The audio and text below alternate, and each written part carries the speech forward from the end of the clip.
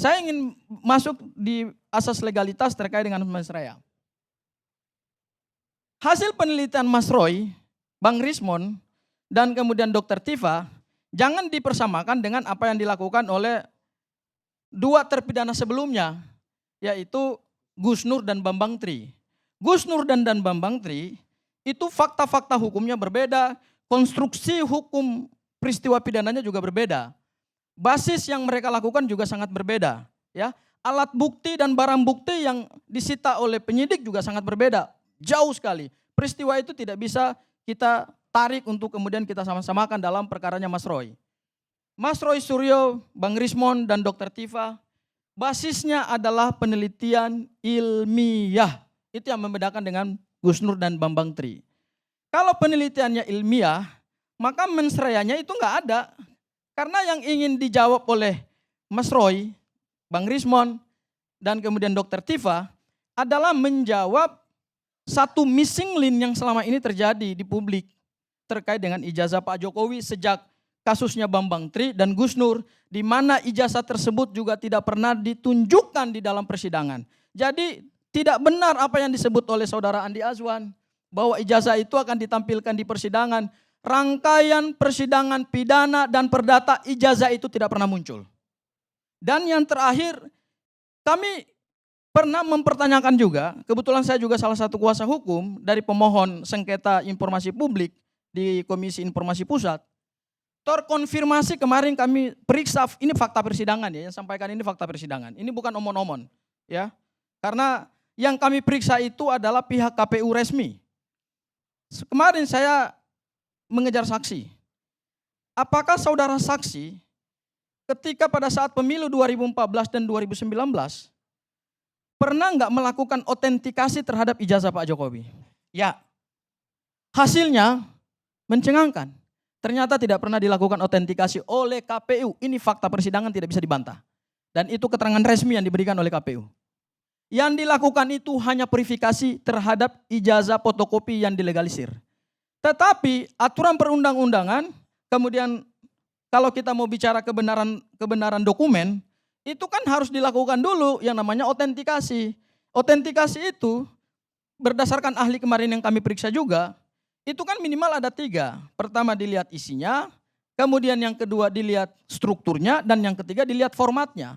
Sementara yang ditampilkan oleh Andi Azwan itu kan tidak apple to apple dengan ijazah Pak Jokowi. Ya tampilkan aja ijazah Pak Jokowi supaya sama-sama kita lihat gitu loh. Jangan berdalih di balik ijazah orang, yang ijazah orang itu kita tidak pernah persoalkan gitu loh. Kenapa primary evidence itu tidak pernah ditampilkan? Bahkan kemarin pada saat pengumuman penetapan tersangka, menurut saya tidak ada yang surprise.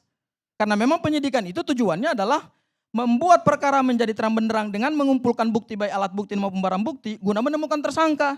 Kan kita udah tebak hasil penyidikan di Polda Metro Jaya. Yang ditunggu-tunggu rakyat Indonesia itu adalah berani nggak Polda Metro Jaya menampilkan primary evidence berupa ijazah Pak Jokowi. Itu yang tidak pernah dilakukan. Sehingga penetapan tersangka ini tidak bisa menjawab keraguan-raguan publik terhadap ijazah Pak Joko Widodo. Kenapa saya katakan penting untuk ditampilkan? Ini kita bicara evidence dalam hukum pidana. Hukum pidana itu peristiwanya harus terang benderang. Tidak boleh ada keraguan di dalamnya. Ini Bang Nasrullah nanti bisa menjelaskan secara ilmu hukum pidana. Ya, biasanya pernah kita lihat ini Polda Metro Jaya kalau konferensi pers, semua digelar. Meskipun saya katakan di dalam KUHP memang tidak ada tanggung jawab penyidik untuk menampilkan barang bukti. Barang bukti itu disita berdasarkan pasal 39 KUHP ya, Mas Roy ya. 500 alat bukti disita oleh penyidik Polda Metro Jaya. Apa artinya 500 alat bukti itu, barang bukti itu? Tetapi kalau primary evidence-nya tidak pernah diberikan kejelasan status. Apakah sudah disita atau belum? Dan kenapa tidak ditampilkan kepada publik? Bukankah selama ini praktek penetapan tersangka, pengumuman penetapan tersangka yang dilakukan oleh Polda, dilakukan oleh Bareskrim Polri, di hadapan penyidik itu selalu kalau dugaan tindak pidana hanyalah korupsi, oh ada uang sekian yang dikorupsi. Ditampilkan tuh. Oh kalau dugaan tindak pidana narkotik, narkotikanya ditampilkan. Kalau dugaan tindak pidana adalah pembunuhan, senjata alat yang digunakan untuk melakukan pembunuhan ditampilkan. Tetapi kenapa ijazah ini masih misterius? Ini yang menjadi Ini yang menjadi the big question di dalam perkara ini. Kemudian dikatakan bahwa nanti ditampilkan oleh Pak Jokowi, itu salah secara hukum pidana. Saya tidak pernah bisa mendapatkan penjelasan ilmiah secara hukum bahwa Pak Jokowi akan menunjukkan ijazahnya di dalam persidangan. Ini ilmu dari mana nih Bang Nasrullah, mungkin nanti bisa jelaskan lah. Di dalam proses hukum pidana yang diatur di dalam KUHP, yang menampilkan barang bukti maupun alat bukti itu adalah jaksa penuntut umum. Dari mana jaksa penuntut umum menghadirkan barang bukti dan alat bukti? Ya berdasarkan proses penyitaan yang dilakukan pada tahap penyidikan. Clear dan jelas. Jadi jangan lagi membangun narasi-narasi yang tidak sesuai dengan hukum, yang melanggar hukum, yang cacat logika hukum, yang cacat ilmiah, bahwa Pak Jokowi akan menunjukkan ijazahnya. Kita bukan lagi persoalkan Pak Jokowi akan menunjukkan ijazahnya atau tidak. Pertanyaan hukum kita hari ini adalah, apakah ijazah Pak Joko Widodo itu sudah disita apa belum oleh Polda Metro Jaya? Karena gini, saya ingin mengutip asasnya. Di dalam hukum pembuktian pidana, ada asas begini. In criminalibus probantiones deben esse luce clariores. Asasnya clear itu, bahwa di dalam peristiwa pidana, maka alat bukti itu harus lebih terang daripada cahaya.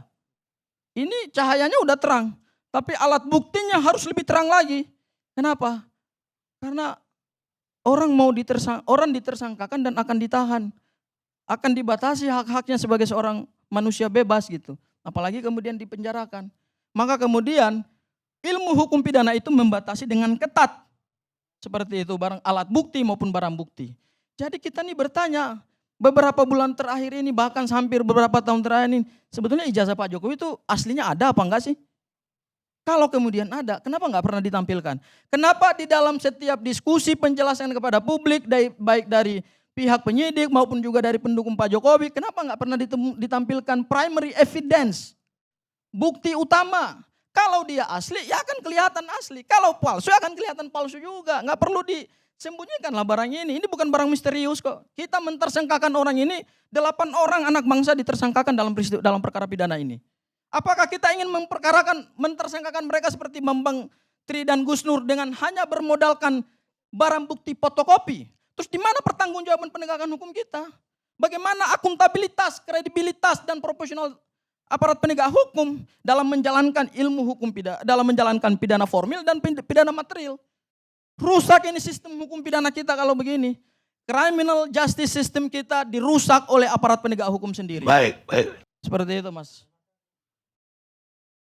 Baik, pemirsa. Yang paling saya takutkan adalah kekuasaan yang kebal terhadap hukum. Saya takut akan penyelewengan kekuasaan tersebut. Dan takut dengan kekuasaan yang mampu menyelewengkan hal tersebut. Ismail Alede, penulis ciri. Kita rehat sejenak.